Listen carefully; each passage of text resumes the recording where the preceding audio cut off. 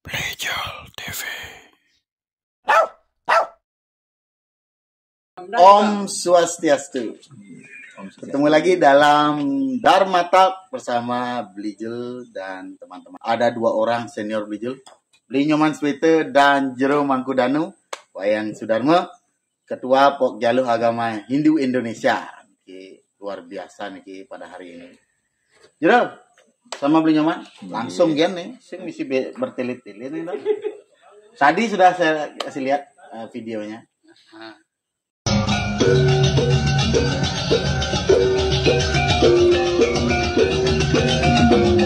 Kita sekarang akan membahas tentang agama modernisasi. Nah, siap.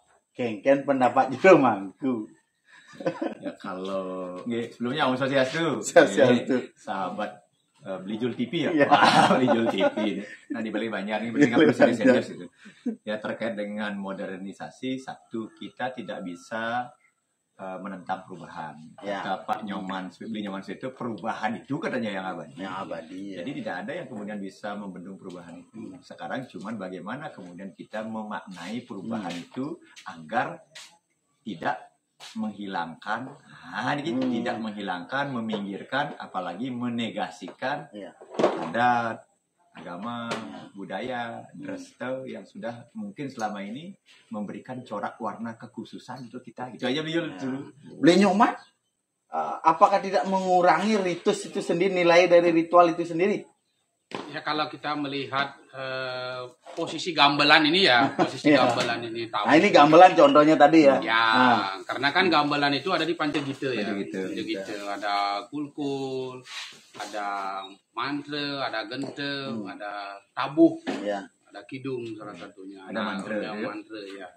Jadi posisi dari tabuh itu ada di Pancegite itu, gitu. Yang kita sakralkan khususnya gitu, yang kita sakralkan. Bahkan kalau kita melihat posisi dari upacara itu sendiri, Mangku kan sudah tahu bahwa gamelan itu juga diopacarai kan, begitu dalam konteksnya. Bahkan ada yang ngupas upati. Ya, gitu. Kalau kita melihat, nah keberadaan sekarang kembali seperti yang Pak dikatakan Mangku tadi itu, gitu, modernisasi itu kan, itu kita tidak boleh menampik juga bahwa agama itu mengikuti modernisasi. Ya, gitu. modern. Tapi dalam sisi pelestarian budaya kita perlu juga kembangkan itu gitu. Artinya jangan sampai punah kan itu kan. Iyalah, gitu ya. Nah kan permasalahannya kan kita nggak tahu nih. Permasalahannya apa? Apakah Yosing bisa meligong? Nah, kan itu nih. Apakah Sing bisa menggambel? Atau kekurangan orang? Gitu. Nah, atau bisa juga begini. Artinya rasa baktinya tinggi, tapi kemudian fasilitas nggak punya.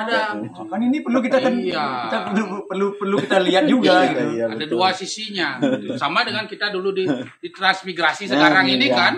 Transmigrasi kalau dulu kita tidak punya gong, ya kaset kita pakai. Hidung warga sari, ngomong kaset. Ketimbang sing ada nggak ada yang badeng gitu.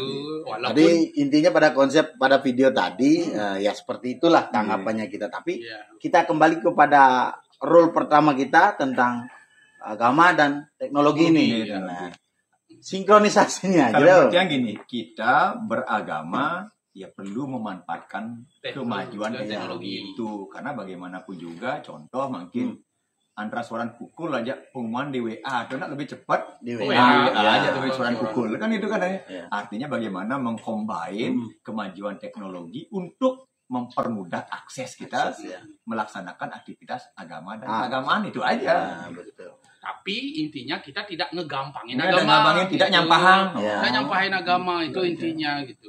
Ada gamelan tapi ragu nganggo wireless begitu. Jadi karena kalau gamelan itu banyak hal maknanya di dalamnya gitu. Ada pelestarian budaya di dalamnya, ada kebersamaan gitu yang artinya yang kita harus bersahabat dengan teknologi. Betul. Dengan kepercayaan kita. Kan kita bilang artinya agama Hindu kita ini kan dibilang agama tradisional juga bisa ya.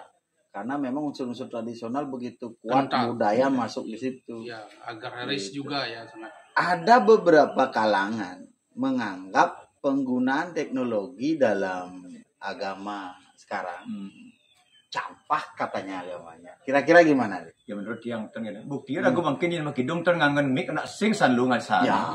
Kan gitu. Ya. Coba makin makidung mau suku santi ten icen mik. Ya.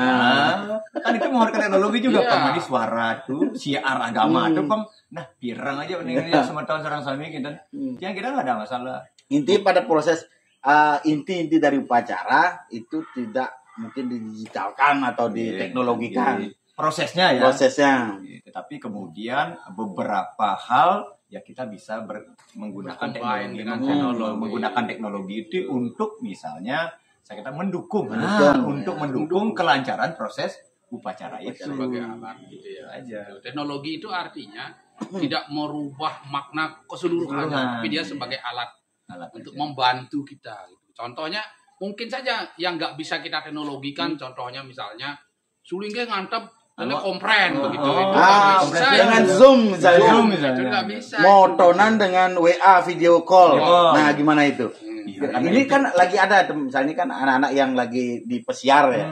Kan sering sekarang kita lihat lah konten-kontennya anak-anak sekarang anak muda dia otonan dari rumahnya, mangkunya ngantap, ibunya ngayap, dia di pesiar natap. Gimana ke anunya? Kalau menurut yang Nike tidak salah juga Nggak kan salah. karena jaraknya berjauhan. Nah, ini kan jarak nih berjauhan. Baktinya Rasa ada. baktinya dia tetap ada dengan kondisi jarak yang berjauhan. Teknologi dimanfaatkan. Ini jadi contoh misalnya yang kita misalnya perlu kritisi contoh sederhana misalnya seperti ini.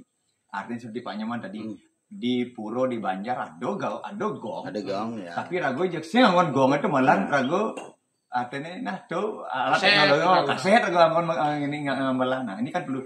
Nanti yang kira cuman kita perlu tahu dulu Ya. si runing Duduk persoalan. persoalannya bisa jadi dia satu alat gamelan belum punya atau ngelah gamelan gonen bisa nabu kan itu bisa jadi kan Lah gambaran sih ada Pak, nepak. sudah nepak umatnya bede kan kita nggak pernah tahu nih Ki. Iya. Biar Macam- kita nggak terlalu nggak terlalu dini memberikan judgement Justice. kan gitu aja. Kalau sekarang lagi misalnya teknologi sekarang nih kayak apa istilahnya memantra gitu. Kan banyak juga sulinggi atau pemangku yang menggunakan iPad. Kita pernah sempat juga viral kemarin. Ya. Memutrunya menggunakan iPad. Kira-kira bagaimana? Kalau Titiang tidak berani menyalahkan, Iya. tetapi Tiang semestinya, ini kan karena Hmm. ketika orang anggaplah penglingsir kita mau puja itu kan memerlukan konsentrasi. Ya semestinya artinya minimize lah, walaupun harus memutru tidak harus seperti Nike dan ini ampura pandangan kita. Ya. Tapi kan tentu nak lingsir itu punya pertimbangan daripada salah mencarang mantra dan gitu. Jadi ini kan memutru, tetapi nah ini perlu ke depan bagaimana menyiapkan ampura ping banget. Rohaniwan kita memang sebelum beliau bisa ngeloko kepala seraya memang Belajar. paling tidak pakem-pakem tentang puja, mantra dan lain sebagainya itu sudah dikuasai kayak dan sehingga apa karena waktu mau puja tuh tidak hanya sekedar mengucapkan Mantra. tapi juga ada bagaimana wiramu, wiraga dan wirasanya itu harus menjadi satu kesatuan. Dan makin dulang mace kan Notifikasi WA muncul. Ting dong gitu. Nah, ya mantra itu kan mana terana manggung ya. Artinya paling tidak sudah menyiapkan diri dengan sebaik-baik. Tapi tidak salah juga Tidak dia. salah. Boleh. Ini. Kita di Hindu diperbolehkan memutru untuk menghindari kesalahan. Terutama kan mantra-mantra yang jarang dipakai. Ya. Karena upacaranya jarang, misalnya upacara ngentak-linggih yang memang jarang itu kan tidak setiap hari digunakan oleh sulinggi atau pengisir kita. Betul. Kan sulinggi. Nah, ampura niki sebagai manusia juga memiliki keterbatasan. Artinya penyimpanan filenya juga memiliki keterbatasan. Gitu. Maka memurtu itu merekam solusi.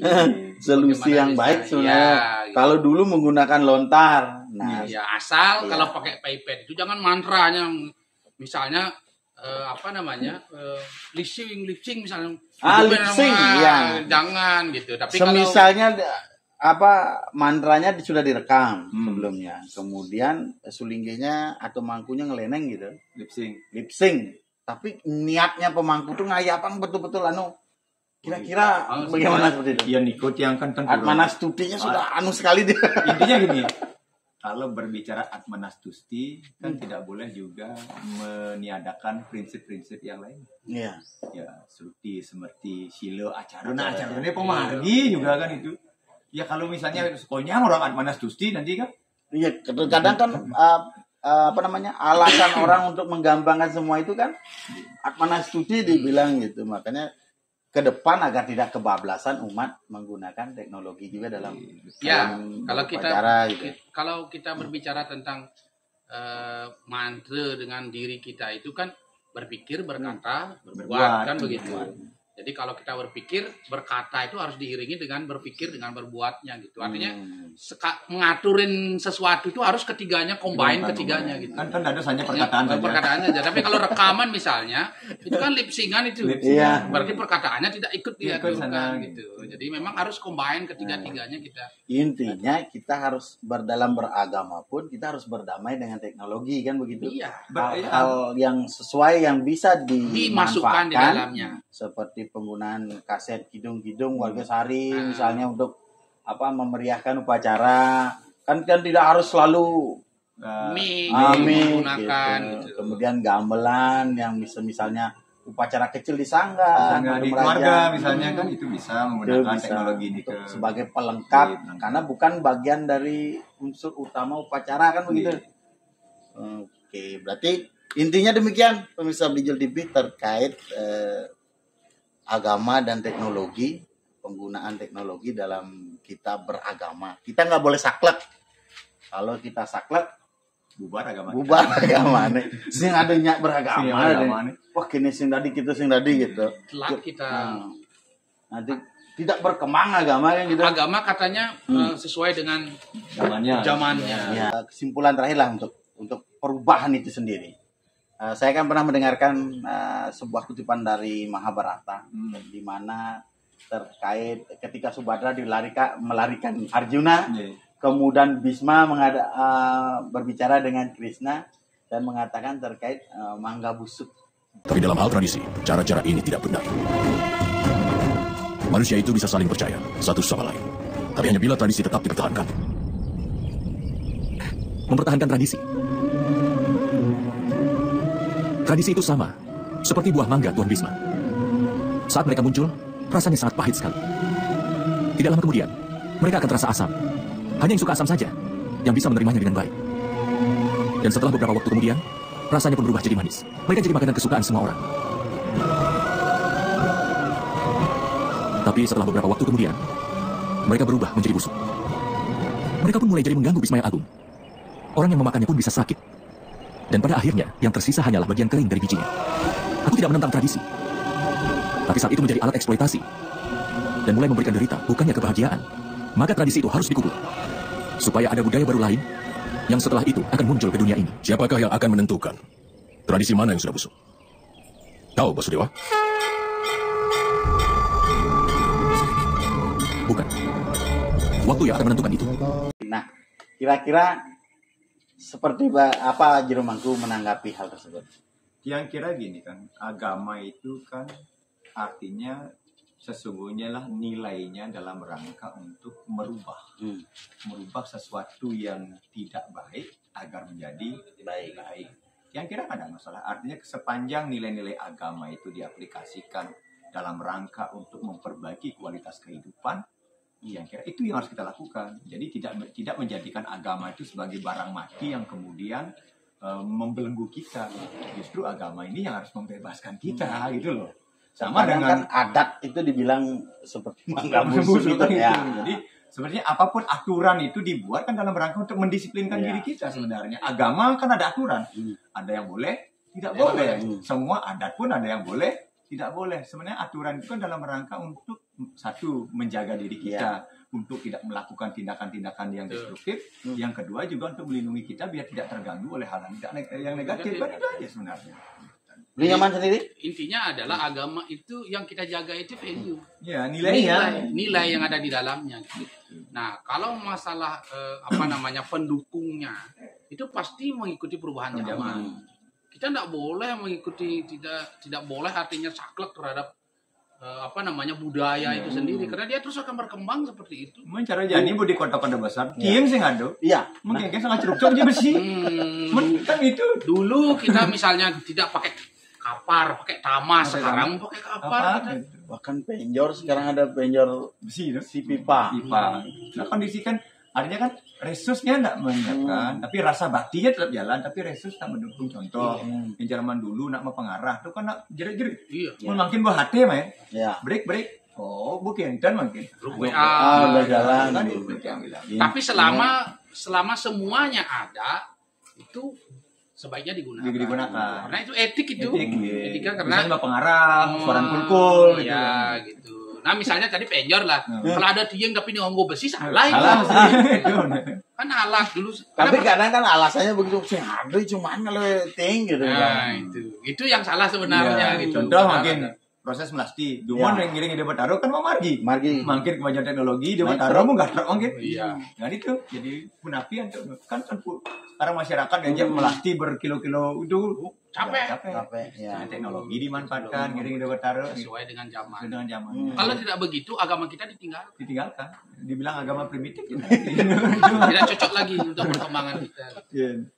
Demikian Tapi, ya, teman-teman sesi ini tentang teknologi dan agama pada prinsipnya sudah dikatakan oleh Jeromagu dan Blinyoman harus beriringan, tapi esensinya nilainya jangan sampai dihilangkan. Jangan sampai karena teknologi semuanya value nilai agama kita hilang. Nilainya hilang gitu. Oke, terima kasih. Jangan lupa yang belum subscribe dulu. OTW 7.000 subscriber ya. Om Santi Om.